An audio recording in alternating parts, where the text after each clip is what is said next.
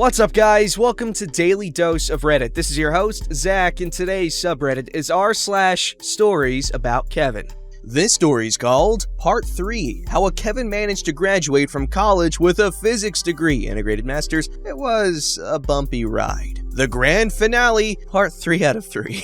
Here we are, the grand finale. I heard this from multiple people and they all said virtually the same thing, so I am confident that this is true and little to no embellishment was done. This took place during his last years of college. Since I heard this from other people and his academic path was a mess, I know the order of the events but don't know exactly in what year they happened. 8th, 9th, 10th. It was during these 3 years for sure. Now to the ending. So Kevin managed to pass some modules over the years, either by cheating or just pure dumb luck. Very few easier modules were passable by a multiple choice exam or presentation. I'm actually very surprised that he never got caught cheating, or if he was, he managed to keep it quiet and not be expelled somehow. I heard a few stories about presentations that he made that were horrible, like he would open the wrong PowerPoint without noticing right away and only realize a few slides in. Professors and students super confused by what the hell he was doing. Anyway, those are now minor details. In order to be allowed to write a thesis and graduate, you had to have earned a certain amount of credits for completing modules. In our case, it was all of them. So on your last year, you would plan ahead. You would start looking for projects within your field of interest and the specialized professor in that field in your first semester. If accepted by the professor, you would start working on your project in your second semester, with no modules, if you passed all the modules from the first semester and all the previous years. I hope this makes sense. So Kevin had all modules done except for 2. This means that he could not write his thesis. But this is for mere mortals. Physics Kevin is a legend and he was having none of it. So he went to every professor asking for possible projects that they may have open that he could work on. Every single professor was turning him down. Not because there was a lack of projects, not because he was still 2 modules short, but because Kevin was, well, Kevin. They knew him from class and wanted nothing to do with him. Even some professors that didn't have him in class were warned by the others. Eventually, he found a professor that was willing to do a project with him. She even had this project aligned with a company, and after graduation, he would be instantly employed. She didn't know him. She was from obscure specialty field that even us were not really sure who she was, because she never taught any of us. Anyway, they started to have meetings, discuss the project. He had to turn in a motivation letter and let the college know his intentions, and professor had to do it too, in order to make it official. He met with people from the company and all that. She asked him if he had all the necessary credits. He said, yes, all is good. The professor thinks that she has a student for her open project, the company thinks that they have their new specialist on that obscure field aligned, and Kevin has beaten the system and is getting a thesis before time. Everyone is happy. So Kevin is lazy. It took him 1 year to write a small, mediocre thesis. Meanwhile, he was still secretly attending his last 2 modules and failing. If he had passed those modules during this year, everything would be fine, but he didn't. My friends asked what he was going to do because he's either going to get caught when he presents his thesis or later because he can't get a diploma without passing all modules. And the company was counting on him starting to work after he presents his thesis and they would require his diploma in order to hire him. Kevin decides to set in motion his ingenious plan. He asked for an extension on his thesis presentation, which allowed him to present in late September rather than June. Then he paid for extra resits on those 2 modules, which he was allowed because there were only 2. And those resits are early September. As per university rules, the grades on those resits had to be delivered in 5 working days. So if he passed, he would have all the credits by the time of the thesis presentation. Genius! Until he screwed it up. Here is how. He passed the first module and failed the second. Because the second module was super hard, he decided to swap it to this very obscure first semester module that no one ever takes. New plan? In his mind, he would do the thesis presentation, make excuses to the company on why he doesn't have his diploma, work at the company while low-key doing his last module that was starting now in September. After that module was done, he would ask for the diploma and take it to the company. No one will ever know, he said. It was quite clever actually. Too clever for him without a doubt. I'm pretty sure someone came up with it and he was just following the plan. Okay, all is well. The presentation day comes. He presents his thesis in the morning. Passes with mediocrity. Everyone passes on their thesis presentation, right? Off he goes after lunch for his obscure little easy-peasy module. And now crap hits the fan. For what I was told, he entered the room, the professor hadn't even arrived yet. He sets his thing on a desk. As he is sitting, the professor enters. He looks in shock as the professor is none other than the supervisor from his project. He was so busted. The professor asked what he was doing there. He tried some excuse that he just wanted to catch the class.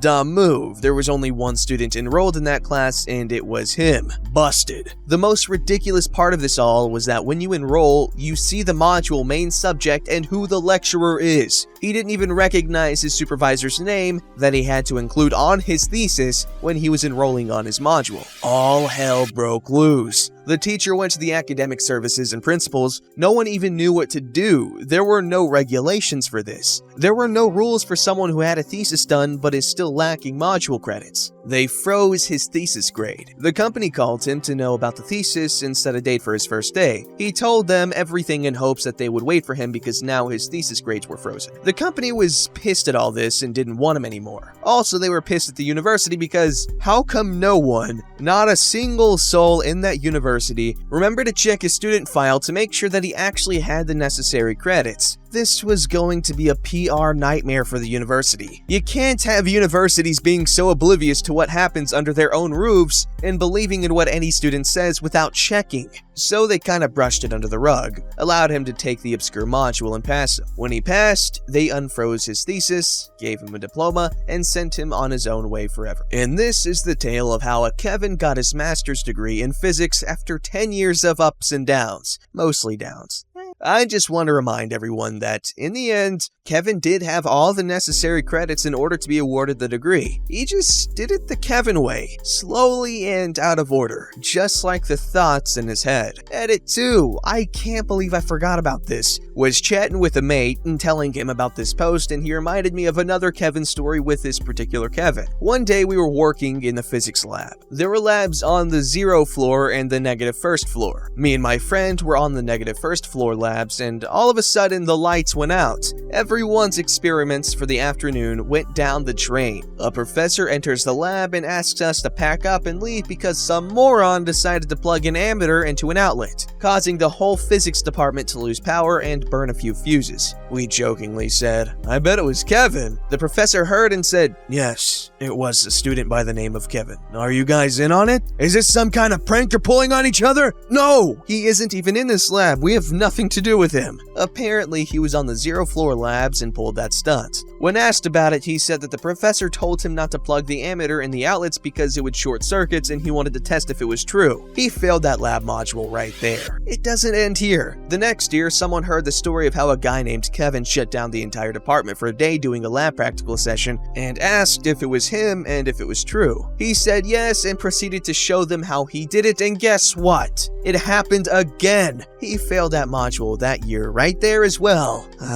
You know what? You gotta hand it to Kevin. He did not give up despite the universe telling him over and over and over and over and over that this was not meant for him. Yet he decided that it was, or he was too dumb to hear the universe. But who knows? Who knows? Definitely not Kevin. This story's called How My Cousin, Kavina, Became the Top Local News Story of the Year. My cousin has lived most of her life immune to the very laws of nature. She was born the smallest baby at the time to survive in our small town hospital. It wasn't so much that the doctors performed miracles to save her, she just lived when all logic said she shouldn't have. Her first marriage was one of convenience in that her spouse needed her for the green card, but he was a decent guy who didn't leave her once he gained legal status. He just couldn't deal with his stupidity anymore. No one in the family held a grudge and wished him well. This brings us to her second marriage. Kavina's first husband was a squared-away guy, so her credit was in good shape, which, coupled with her gullible nature, made her a perfect mark for Leroy, her second husband. My superpower is spotting human sludge no matter what form it takes, so my alarms were going off the second I met him. But my family is the epitome of Southern hospitality and welcomed him right on in. This is a Kavina story and not a Leroy story, so I will be brief in his description.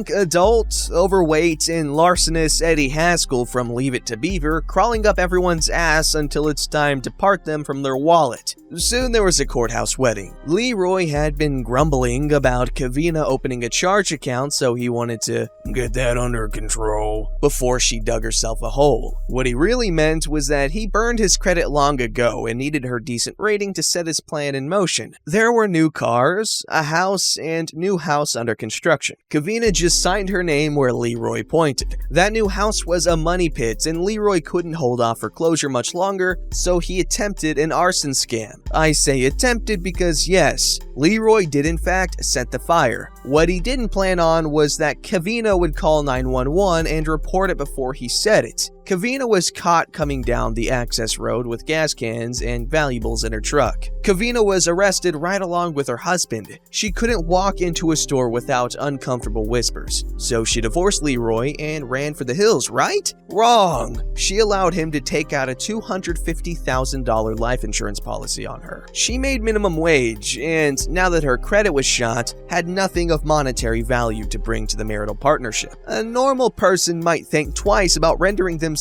worth more dead than alive, but not Kevina. The family put all of this out of our minds in the short term. That is until we turned on the local news one sunny morning and saw Leroy's mugshot as the lead. If you guessed conspiracy to commit murder, you win a cookie. He was pulled over in a felony stop on the interstate. Traffic was backed up for half the day between the initial hullabaloo and the towing of the semi-truck he had to abandon. Yes, indeed. Leroy set in play a plan to actually murder Kevina. So when the news broke, she changed the locks and used his coin collection vending machines, right? Wrong. A judge had to make an emergency order forbidding her to ever have contact with Leroy until a hearing could be conducted. Kudos to that judge. He was one creative dude. When the hearing was held, he ruled that Kevina and Leroy could have weekly visits only in the presence of their minister with the police in the parking lot. I guess he figured that if Kevina managed to get herself killed with those protections in place, he had done the best he could. So now we come to the trial, and question of how Leroy got arrested gets answered. He tried to hire an honorable man to kill his wife. Bill went to the state police as soon as he realized that Leroy was serious. He was wired and cameras were set up. The camera failed, but the audio was clear. The defense argued that the transcript was off, but it wasn't. Bill's testimony hammered it home. I will never forget him describing Leroy visiting at his house for a breakfast meeting, sitting in his rocking chair, eating scrambled eggs while he was working out the merits of different methods of offing Kevina. If you know Leroy, you didn't need the video. Your imagination did a fine job. Running her off the road was discarded and a botched robbery was agreed upon. It was clear that the money changed hands. At this revelation, Kevina stood up in court and screamed, "Bastard!" at Leroy, right? Wrong. She set up her next visit with him through his attorney after court adjourned for the day. All through the first part of the trial, the prosecutor is giving himself ulcers trying to get Kevina to testify against Leroy. She has shown evidence that no one else has seen, including pictures of Leroy with his new girlfriend in another state. Kevina will not budge. Leroy explained all of this to her, and it's all a big conspiracy. As soon as he is cleared, they are gonna move and have a very happily ever after. The prosecutor knows when he is licked and sets up a plea for a much lesser charge. The kicker was that he, Leroy, had to agree to leave the state and never return. A true honest-to-God banishment. So Leroy had but a little time left before the get-out-of-Dodge thing kicked in. He was now free to meet with Kevina without chaperones. I seriously doubt the judge cared who killed who at this point. Leroy tells Kevina that he has a house lined up for them in a new state, failing to mention that his girlfriend is living in it. All he needs is settle the bond hold on their house and liquidate it, and they can be off in their new life. How stupid do you think I am? She raged at him, right? Wrong. What do you need me to do? Was her response. While Leroy was on house arrest at his minister's house, he convinced him to gather money from the congregation to satisfy the mortgage on the house and got a buyer lined up. Now, with the quitclaim deed that Kevina just signed, he had 100% of the equity. It took her months and much reasoning from multiple people before she accepted that he wasn't going to send for her. Oh my god, does she live in Egypt? Because that woman is just freaking head deep in denial. Don't forget to like, subscribe, and hit that bell to never miss an episode.